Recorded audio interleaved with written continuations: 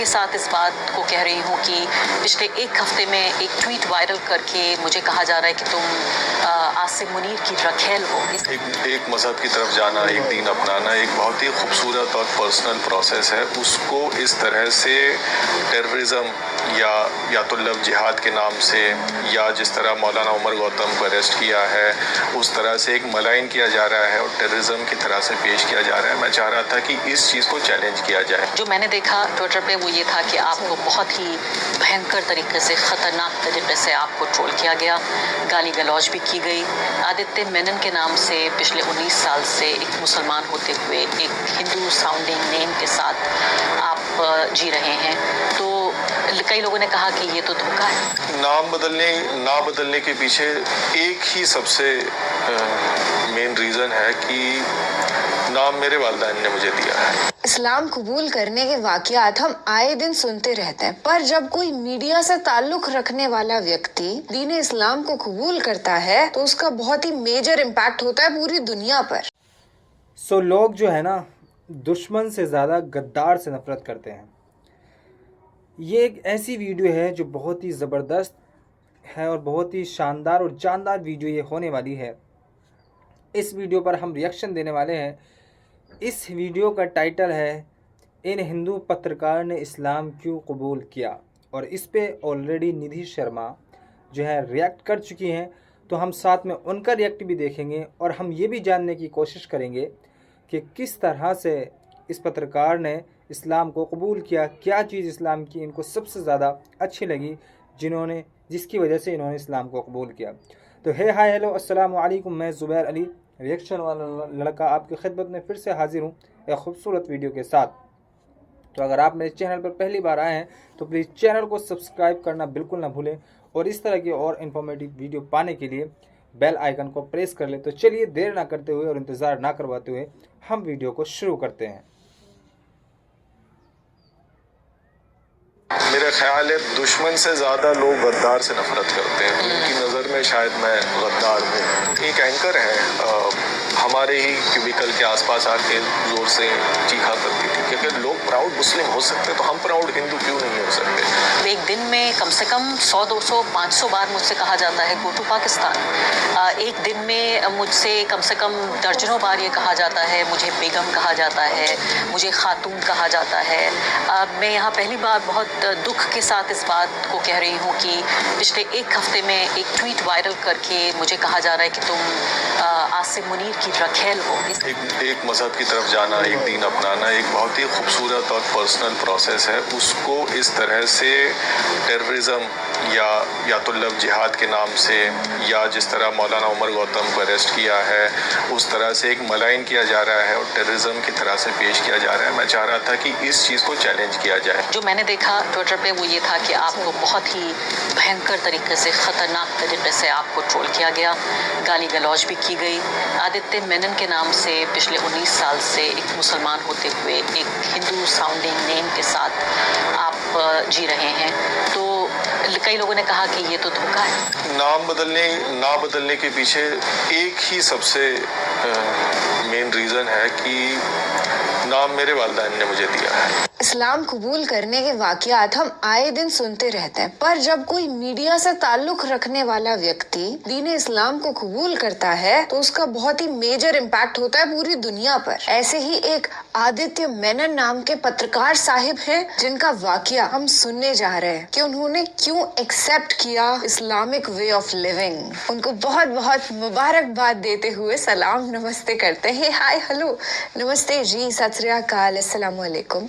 मैं निधि शर्मा इंडिया से, and I really hope कि आप उत्सुक होंगे ये अतरंगी कहानी सुनने के लिए, क्योंकि दुनिया के सामने अपने धर्म को बदल लेना एक बहुत बड़ी बात और मुश्किल कड़ा कदम होता है। कई बार लोग फेथ को तो अपना लेते हैं, पर अपने दिल में, अपने घर परिवार वालों के बीच में वो बिल्कुल नहीं चाहते कि दुनिया भर में लोगों को पता चले कि वो सिख से एक बुद्धिस्ट बन गए हैं या बुद्धिस्ट से एक मुसलमान बन गए हैं। क्योंकि अक्सर तौर पे समाज एक्सेप्ट नहीं करता, पर समाज की परवाह न करते हुए आदित्य मेनन जी ने एक पॉडकास्ट दिया है। आरफा खानम शेरवानी जी को आप अच्छी तरीके से उन्हें जानते होंगे, अगर आप पॉलिटिकल वीडियोस देखते हैं तो वो बड़ी अच्छी जर्नलिस्ट हैं। इमरान प्रतापगढ़ी साहब के साथ उनका एक इंटरव्यू आया था जिसे मैंने देखा था ना, I was really impressed. I loved her personality, और उनकी पर्सनालिटी को हम इस वीडियो के जरिए भी एक्सपीरियंस कर लेंगे। तो बिना किसी देरी के let's jump into the video.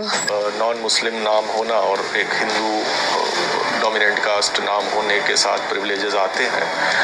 आपको आपकी आइडेंटिटी के नज़रिए से नहीं देखा जाता, आपको आपके काम या आपके पर्सनैलिटी के हिसाब से जज किया जाता है। हिंदू होने के बहुत सारे फ़ायदे हैं, आप एक बहुत ही बेहतरीन मेन स्ट्रीम का आप हिस्सा हैं, और फ़ायदे ना भी हों तो नुकसान बहुत कम है, जिसमें आप मुसलमान होने के बहुत नुकसान आपको हो सकते थे। आपके नौकरी पे फ़र्क पड़ सकता था, आपके काम पत्रकारिता पे असर पड़ सकता था, आपको रिएक्शंस हिंदूज़ की तरफ से कैसा मिला, हिंदुत्ववादी जो लोग हैं उनकी तरफ से कैसा मिला, आम मुसलमानों की तरफ से कैसा मिला, और जो कंजर्वेटिव मुसलमान है, क्योंकि एक तबका मुसलमानों में भी ऐसा है जो मुझे नहीं लगता कि आपको कबूल कर रहा है, ऐसे लोग हैं क्या? बेसिक प्रीमाइस है कि इस्लाम यहाँ पर सिर्फ तलवार की धार पर फैला है हिंदुस्तान में, या फिर अभी लव जिहाद और फोर्स्ड कन्वर्जन के जरिए फैल रहा है, ये इनकी जहनीत है। क्या ऐसा हुआ कि कुछ लोगों ने शक किया आपके ऊपर कि आप अच्छे मुस्लिम नहीं हैं, या आप कभी नहीं बन सकते अच्छे मुस्लिम, या ऐसे कोई शक की कोई तस्वीर उभर कर सामने आई? बड़ी से बड़ी मस्जिद में नमाज अदा की है, बस्तियों में जाके नमाज अदा की है, कहीं पे किसी ने कुछ नहीं कहा है आज तक। नमस्कार, इस खास पॉडकास्ट में आपका स्वागत है। मैं हूं आरफा खानम शेरवानी। आज इस खास कार्यक्रम में, इस खास बातचीत में आपकी मुलाकात में एक ऐसे शख्स से कराऊंगी जिनके काम से आप में से बहुत सारे दर्शक आप उनके काम को अच्छी तरह जानते होंगे, लेकिन कुछ ही दिनों पहले उनकी प्रोफेशनल लाइफ नहीं, उनकी पर्सनल लाइफ, उनकी निजी जिंदगी का एक ऐसा पहलू सामने आया जिससे मेरे जैसे लोग भी बहुत हैरान हो गए। चौंके नहीं, लेकिन हैरान जरूर हुए कि आखिर एक शख्स अपने पूरे होशो हवास में और एक ऐसे वक्त में जब धर्म की राजनीति पूरे तरीके से अपने उफान पर है, और खासकर ये बताया जा रहा है कि भारत में एक तरह की कोई सांस्कृतिक एक कोई क्रांति हो रही है, कल्चरल रिवॉल्यूशन हो रहा है, जिसमें हिंदू फर्स्ट और हिंदू ओनली नीतियां बन रही हैं, राजनीति हो रही है, जहां देश के प्रधानमंत्री अपने आप को एक सेक्युलर डेमोक्रेटिक नेशन के नेता नहीं, बल्कि एक तरह के हिंदू राजा के तौर पर अपनी पहचान आगे रखना चाहते हैं। ऐसे वक्त में एक हिंदू या एक हिंदी नाम वाला पत्रकार सामने आया और उसने कहा कि उसने इस्लाम धर्म बहुत पहले अपनाया था और वो मक्का मदीना पहुंचे, और उन्होंने कहा कि उनकी जिंदगी का एक बड़ा ख्वाब था जो आज पूरा हो गया। आदित्य मेनन इस वक्त हमारे साथ मौजूद हैं, क्विंट के पत्रकार। बहुत बहुत शुक्रिया आदित्य। सबसे पहले तो मैं बहुत आपकी शुक्रगुजार हूँ कि आपने इस बात के लिए आपने अग्री किया, आप सहमत हुए कि आप इस पॉडकास्ट में मेरे साथ आएंगे। आप लोग भी आदित्य मेनन जी को मुबारकबाद दे सकते हैं। अभी तक हमने इनका नाम नहीं सुना है, तो जब इस्लाम कबूल इन्होंने कर लिया है, अल्लाह रब्बुल इज़्ज़त ने इनको हिदायत दे दी है, तो आप सबसे गुजारिश है कि इनको मुबारकबाद पेश ज़रूर करें कमेंट सेक्शन में। बातचीत करेंगे। जब आप ट्वीट कर रहे थे, जब वो लिख रहे थे, वो कौन सा वो पल था जब आपने ये सोचा कि आपकी जिंदगी के इस पहलू को आप बाहर लाना चाहते हैं, और दूसरे क्या आपने सोचा था कि उसके साथ साथ एक ऐसा तूफान आएगा जिसको संभालने में कई रोज लग जाएंगे? ये फैसला मैंने दरअसल वहीं मदीने में बैठकर ही लिया था। मुझे लगा कि जो इतना एक मजहब की तरफ जाना, एक दीन अपनाना एक बहुत ही खूबसूरत और पर्सनल प्रोसेस है, उसको इस तरह से टेररिज्म या तो लव जिहाद के नाम से, या जिस तरह मौलाना उमर गौतम को अरेस्ट किया है उस तरह से एक मलाइन किया जा रहा है और टेररिज्म की तरह से पेश किया जा रहा है। मैं चाह रहा था कि एक मिनट, मैं मौलाना उमर गौतम के बारे में आप थोड़ी सी मुझे जानकारी है शायद, आई थिंक ये वो मौलाना है जिन्होंने बाबरी मस्जिद जिस वक्त शहीद की गई थी उस वक्त ये उसमें शामिल थे, लेकिन बाद में अल्लाह रब्बुल इज़्ज़त ने इनको हिदायत दी, और उन्होंने जब से उन्होंने इस्लाम कबूल किया था तब से उन्होंने 100 से भी ज़्यादा मस्जिदें तामीर करवाई हैं। ये उन्हीं मौलाना उमर गौतम की बात कर रहे हैं शायद, आई थिंक। अगर किसी को पता हो तो कमेंट सेक्शन में ज़रूर बताएं। इस चीज़ को चैलेंज किया जाए। ये कईयों के लिए एक बहुत ही पर्सनल, बहुत ही ब्यूटीफुल जर्नी है। मैं चाह रहा था लोग भी ये जाने कि ये इस तरह से भी एक मज़हब की तरफ जाया जा सकता है पूरी कन्विक्शन के साथ, और उस मज़हब के लोगों ने जिस तरह से मुझे कबूल किया और मुझे वहाँ जाने का मौका भी मिला, मैं दिखाना चाह रहा था लोगों को, ये अपनी जर्नी शेयर करना चाह रहा था। तो मकसद मेरा सिर्फ यही था ये सब ऑनलाइन और सोशल मीडिया पर शेयर करने का। मुझे आपके आज को समझने के लिए लगातार आपके कल को समझते रहना पड़ेगा कि आप कहाँ से आ रहे हैं। लेकिन कट टू 2025, जब आपने ये ट्वीट किया तो ट्वीट के बाद आपको किस तरह के रिएक्शंस मिले? जो मैंने देखा ट्विटर पे वो ये था कि आपको बहुत ही भयंकर तरीके से, खतरनाक तरीके से आपको ट्रोल किया गया, गाली गलौज भी की गई। और एक जो सवाल था जो मेरे मन में भी था वो ये था कि आदित्य मेनन के नाम से पिछले 19 साल से एक मुसलमान होते हुए एक हिंदू साउंडिंग नेम के साथ आप जी रहे हैं। तो कई लोगों ने कहा कि ये तो धोखा है। तो यही मेरा सवाल भी है कि नाम आपने क्यों नहीं बदला? एक चीज़ यहाँ पर ये है कि आदित्य मेनन जी जो हैं उन्होंने 19 साल इस नाम के साथ गुजारे हैं इस्लाम कबूल करने से पहले। तो उन्होंने ये भी सवाल रखा है कि यहाँ पर इन्होंने धोखा किया है। तो हो सकता है इनके कुछ पर्सनल रीज़न हो या किसी डर की वजह से, किसी परेशानी की वजह से ये ऐलानिया नहीं कर पाए हों। देखते हैं आगे वीडियो में क्या कुछ बताते हैं, पता चलता है। नाम ना बदलने के पीछे एक ही सबसे मेन रीज़न है कि नाम मेरे वालिदैन ने मुझे दिया है और कई साल का ये प्रोसेस रहा है और मुझे लगता है उन्हें इस प्रोसेस में काफ़ी तकलीफ़ हुई है और बिल्कुल मैं उस तकलीफ़ को गलत नहीं समझूंगा। किसी भी माँ बाप को तकलीफ़ होगी अगर उनकी औलाद ऐसा कदम उठाए जो उन्हें उनकी आइडेंटिटी, उनकी शनाख्त से अलग ले जाए। तो वो एक ब्रिज टूट जाएगा। मुझे हमेशा से लगता रहा कि अगर मैं नाम बदलने का फैसला ले लूँ। तो मेन रीज़न यही थी। ऐसा नहीं है कि मेरा इरादा लोगों को गुमराह करने का है या कोई जो प्रिविलेज आते हैं, और प्रिविलेज है, मैं इस बात को पूरी तरह एडमिट करता हूँ कि एक नॉन मुस्लिम नाम होना और एक हिंदू डोमिनेंट कास्ट नाम होने के साथ प्रिविलेजेस आते हैं। आपको आपकी आइडेंटिटी के नज़रिए से नहीं देखा जाता, आपको आपके काम या आपके पर्सनैलिटी के हिसाब से जज किया जाता है। अगर मेरा नाम कोई मुस्लिम नाम होता तो सबसे पहले लोग यही कहते कि तो मुस्लिम जर्नलिस्ट है। फिर वो कन्वर्स साबित करने के लिए मुझे और कदम उठाने पड़ते हैं कि लोग मुझे उस नज़र से ना देखें। तो वो सारी जो स्ट्रगल एक मुस्लिम जर्नलिस्ट या कोई भी मुस्लिम प्रोफेशनल की होती है वो मेरी नहीं थी, क्योंकि मेरा एक हिंदू नाम है। और आपकी हर स्टोरी को पढ़ा जाता है इसी नज़रिए से कि ये मुस्लिम पत्रकार ने लिखी है। बेशक, बिल्कुल सही है ना। आपका खुद का भी एक्सपीरियंस ऐसा ही रहा होगा कम से कम पिछले 10 साल में। तो जाहिर है मैं पूरी तरह से इस प्रिविलेज को एक्नॉलेज करता हूँ, लेकिन वजह सिर्फ यही थी कि वालिदैन को तकलीफ नहीं पहुंची। कोई खौफ तो नहीं था? बिल्कुल नहीं, कोई खौफ कि अगर if you come out as a Muslim, जैसे अक्सर ये बात हम देखते हैं, खासकर वो लोग जो होमोसेक्सुअल्स होते हैं, क्योंकि हमारी तो दुनिया में उनके लिए भी जगह बहुत कम है, खासकर ऐसे लोग किसी भी तरह के माइनॉरिटी हों कि वो अपने पेरेंट्स को कभी नहीं बताते, पूरी ज़िंदगी एक झूठ लेकर जीते हैं। तो उनके लिए भी जब कम आउट कहा जाता है, तो मुझे पता नहीं कि शायद अगर मजहब बदलेंगे तो कम आउट कहा जाएगा या नहीं, लेकिन कोई खौफ मन में नहीं था कि, खासकर मैं इसलिए कह रही हूँ कि 19 साल से आप एक मुसलमान हैं, 19 साल मान लेते हैं कम। मुझे जो मैंने आपको बताया था कि मुझे ऐसा लगा था कि कोई परेशानी या कोई पर्सनल रीज़न की वजह से या खौफ की वजह से हो सकता है उन्होंने नाम अपना ना चेंज किया हो। लेकिन यहाँ पर उन्होंने ये बात रखी है कि इसके अंदर एक सबसे प्यारी बात जो थी कि वो माँ बाप का दिल ना टूटे, जो माँ बाप के साथ कनेक्शन जुड़े हुए हैं, जो एक उनका नाम बचपन से लिया हुआ है, जो उनके माँ बाप ने, उनके वालिदैन ने रखा, जिसकी इज़्ज़त की वजह से, जिसकी रिस्पेक्ट की वजह से उन्होंने इस काम को नहीं किया। और दूसरी चीज़ उन्होंने बताई स्ट्रगल की वजह से, तो शायद हो सकता है उन्होंने इस वजह से अपने नाम को चेंज नहीं किया। आखिर फिर क्या वजह रही कि उन्होंने नाम अपना चेंज कर लिया, आगे वीडियो में देखते हैं। अगर नहीं भी मान रहे हैं 25 साल भी, तो 19 साल में 11 साल नरेंद्र मोदी की सरकार रही है, जिसमें हमने देखा है, जिसको मैं कह रही हूँ कि एक तरह का एक रिलीजियस रिवाइवलिज्म है, एक तरह का पुनर्जागरण जिसे कहा जाए। आप नेगेटिव पॉजिटिव दोनों तरह से इसको डिफाइन कर सकते हैं कि हिंदू होने के बहुत सारे फ़ायदे हैं, आप एक बहुत ही बेहतरीन मेन स्ट्रीम का आप हिस्सा हैं, और फ़ायदे ना भी हों तो नुकसान बहुत कम है, जिसमें आप मुसलमान होने के बहुत नुकसान आपको हो सकते थे, आपके नौकरी पे फ़र्क पड़ सकता था, आपके काम पत्रकारिता पे असर पड़ सकता था। और साथ साथ मैं दर्शकों से ये भी वादा करना चाहती हूँ कि आपके काम पर भी हम जरूर बातचीत करेंगे। मतलब मुझे लगता है कि आधा रीजन ये था कि आपका ये रिसेंट डिक्लेरेशन, और दूसरा ये था आपके काम पे भी मैं बात करना चाहती थी। कोई खौफ आपके मन में नहीं था? 11 साल में कभी आपने इससे पहले सोचा कि मैं वापस में आना चाहता हूँ, आम लोगों के सामने बताना चाहता हूँ कि असली आदित्य कौन है?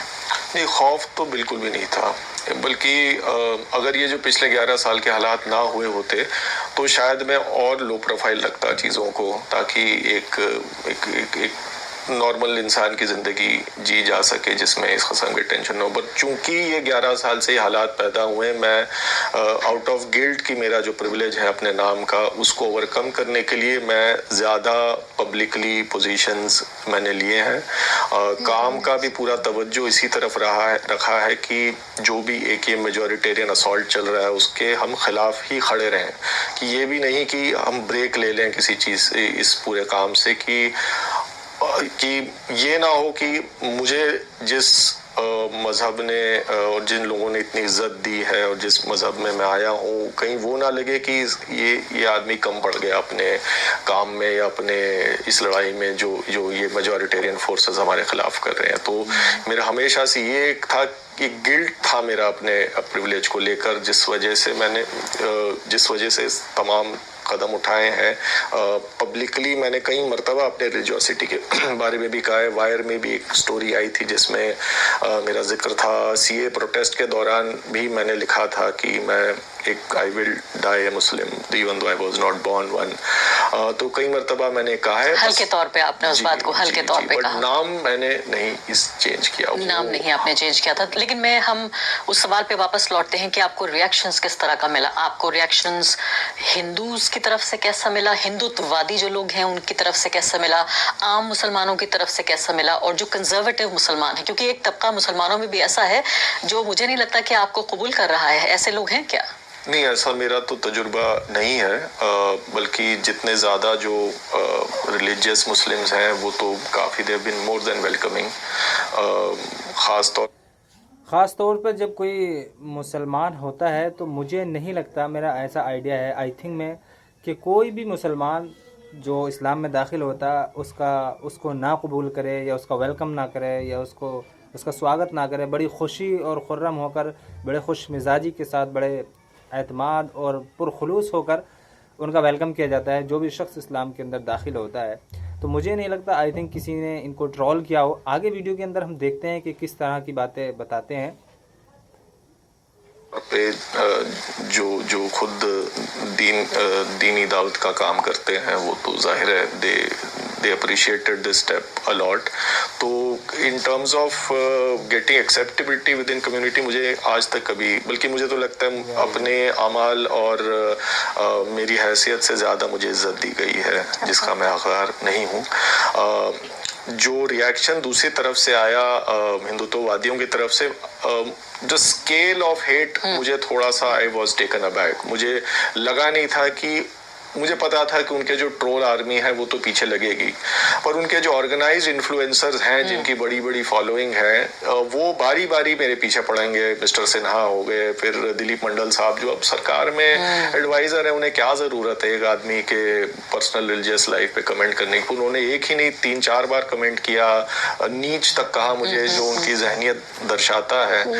फिर स्वाति चतुर्वेदी जो लिबरल इकोसिस्टम में बड़ा नाम है, उन्होंने भी कहा कि ये आदमी इतने साल से इस आइडेंटिटी के अंदर काम कर रहा है, तो इसको पहले ही बता देना, अपना नाम बदल लेना चाहिए था, आइडेंटिटी साफ कर देनी चाहिए थी। तो अलग अलग ये जो बड़े इन्फ्लुएंसर्स का अटैक मुझे थोड़ा सा सरप्राइजिंग लगा, क्योंकि I didn't expect it was that big A deal for these people.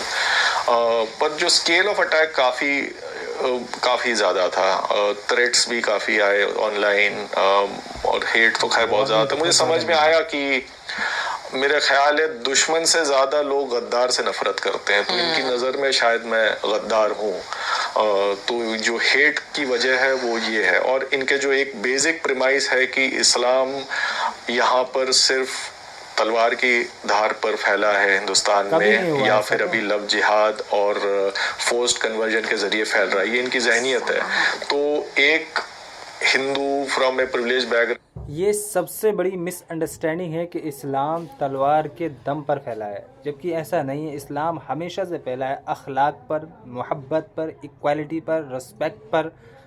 इस्लाम जो फैला है ना, इस्लाम की जो खूबसूरती है ना, उसकी वजह से फैला है। इस्लाम का पौधा एक ऐसा पौधा है जितना उसको दबाना चाहोगे ना, वो उतना ही उभरता है, उतना ही उगता है, उतना ही वो निकलता है।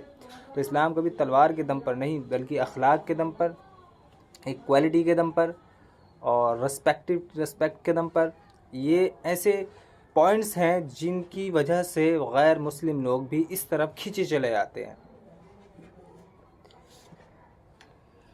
उसका कन्वर्ट होना उस पूरे प्रेमाइज को ब्रेक करता है। तो शायद इनके गुस्से के पीछे ये वजह थी। और आगे बढ़ने से पहले एक अदना सी गुजारिश कि आप मेंबर बनिए मेरे चैनल का आरफा खानम शेरवानी। अगर आप मेंबर बनते हैं, आपके समर्थन से आप मेरा हाथ मजबूत करेंगे, इतना मजबूत कि मैं सत्ता का कॉलर पकड़ के सवाल पूछ सकूंगी और जो हमारे समुदाय में हाशिए के जो तबके हैं उनकी आवाज उठा सकूंगी। आप यकीन जानिए, आपका एक छोटा सा सहयोग मेरे लिए इतना बड़ा होगा जिसके लिए आप अंदाजा भी नहीं लगा सकते। आपने जल्द में ये कन्वर्जन किया है, कब ये आपकी जिंदगी की, क्योंकि मुझे लगता है हमारे बहुत जी, तो बाकी जो इसका वीडियो का पार्ट है वो हम बाद में दिखाएंगे आपको, क्योंकि ये काफ़ी लंबी वीडियो हो जाएगी। इसलिए आप सबसे मैं गुजारिश करता हूँ कि नेक्स्ट पार्ट देखने के लिए मेरे चैनल को ज़रूर सब्सक्राइब करें। और देखना ये है कि आखिर में जो आदित्य मेनन हैं उनका नाम क्या था, वो सब जानने की हम कोशिश करेंगे। और इस वक्त वो क्या करते हैं और कहाँ पर वो रहते हैं, ये सारी चीज़ें हम जानने की कोशिश करेंगे, क्योंकि मुझे कहीं पे जाना है। और एक चीज़ मैंने नोटिस की है, निधि शर्मा जी जो हैं वो बहुत ही अच्छे तरीके से, मतलब हर एक चीज़ को सुनती हैं, बड़े ध्यान के साथ, बड़े कंसंट्रेशन के साथ वो सुनती हैं। तो बहुत अच्छी उनके रिएक्ट रहते हैं, काफ़ी अच्छी और वीडियोस वो बनाती हैं, हर एक टॉपिक पर बनाती हैं। जो ट्रेंड टॉपिक होते हैं उन पर वो वीडियोस बनाती हैं। तो उनको वीडियोस को भी लाइक किया करें। और मैं ये वीडियो, जो इनकी वीडियो है, वो लिंक डिस्क्रिप्शन में डाल दूंगा, आप इनकी ओरिजिनल वीडियो जाकर देख सकते हैं। तो अगर आपको वीडियो पसंद आई है तो वीडियो को लाइक करना, शेयर करना और कमेंट करना बिल्कुल ना भूलें। और मेरे चैनल को ज़रूर सब्सक्राइब करें, क्योंकि आपका एक सब्सक्राइब मुझे मजबूत करेगा और मैं इसी तरह की वीडियो आपके लिए लाता रहूँगा। आप सबसे गुजारिश है कि आप मेरा साथ दें, मुझे सपोर्ट करें। Thank you so much for watching my video. अस्सलामु अलैकुम व रहमतुल्लाह।